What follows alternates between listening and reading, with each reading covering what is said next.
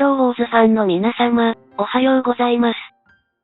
心なしか元気がないカーク信者ですが、今日も頑張って、動画を視聴者様にお届けしようと思います。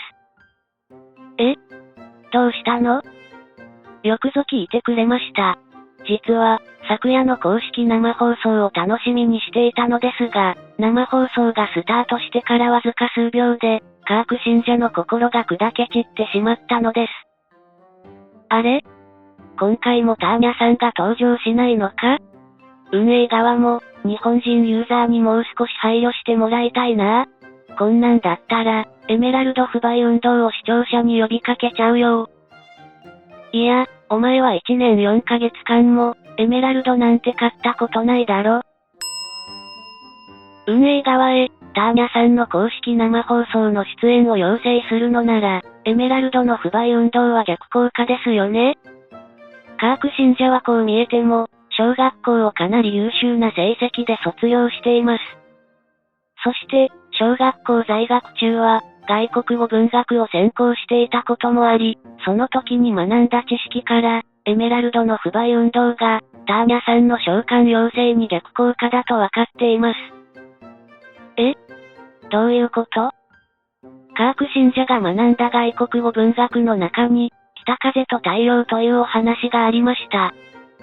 このお話は、太陽と北風が力比べをしようとして、旅人の上着を脱がせることができるか、という勝負をする内容です。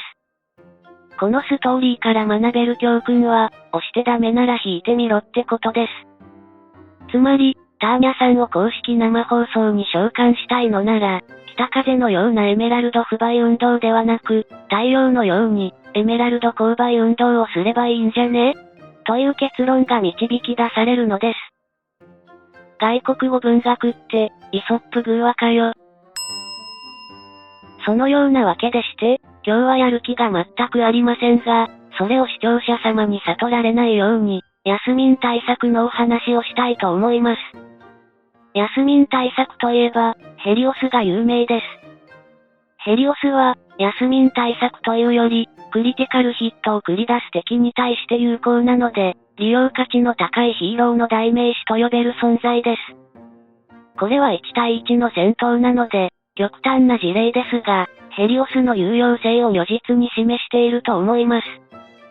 そして、ヘリオス以外にも、ヤスミンに対抗できるヒーローとして、コーブスの存在があるのです。視聴者様の中にも、コーブス、カーク、ヤスミンというチーム編成をご覧になられた人がおられると思います。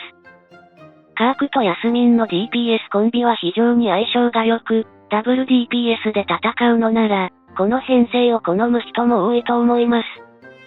そして、ヤスミンを使っている人なら、身をもって、ヤスミンはコーブスが苦手だと感じているのではないでしょうか？このことは、カーク信者が制作したカウンターリスト一覧表にも記述していますので、今一度、この一覧表を眺めてみることをお勧めします。ちなみに、コーブスがヤスミンに対して有効な理由は、コーブスのスキル3番に由来しています。ただし、コーブスの場合は、ヘリオスほど、強烈なカウンターパンチを繰り出すわけではないので、その点はご了承ください。5人編成の戦闘の事例だと、このような感じになります。コーブスの祭壇が出現した後に、ヤスミンが7連続の攻撃を繰り出すと、それと同じ数の準ダメージがヤスミンに降り注ぎます。この仕組みが、ヤスミンに集中砲火を浴びせる仕組みとなっていて、コーブスがヤスミンに対して有効と言われる理由になっています。このように、ヒーローウォーズでは、対戦相手に応じて適切なヒーローを起用することにより、戦闘で勝利する可能性が高まりますので、ぜひ、カウンターリストを参考にして、チーム編成を検討してみてください。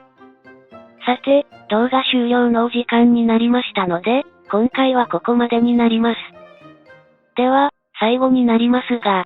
ターニャさんが出演しない公式生放送に、全く興味のない人は、チャンネル登録を、ぜひ、よろしくお願いいたします。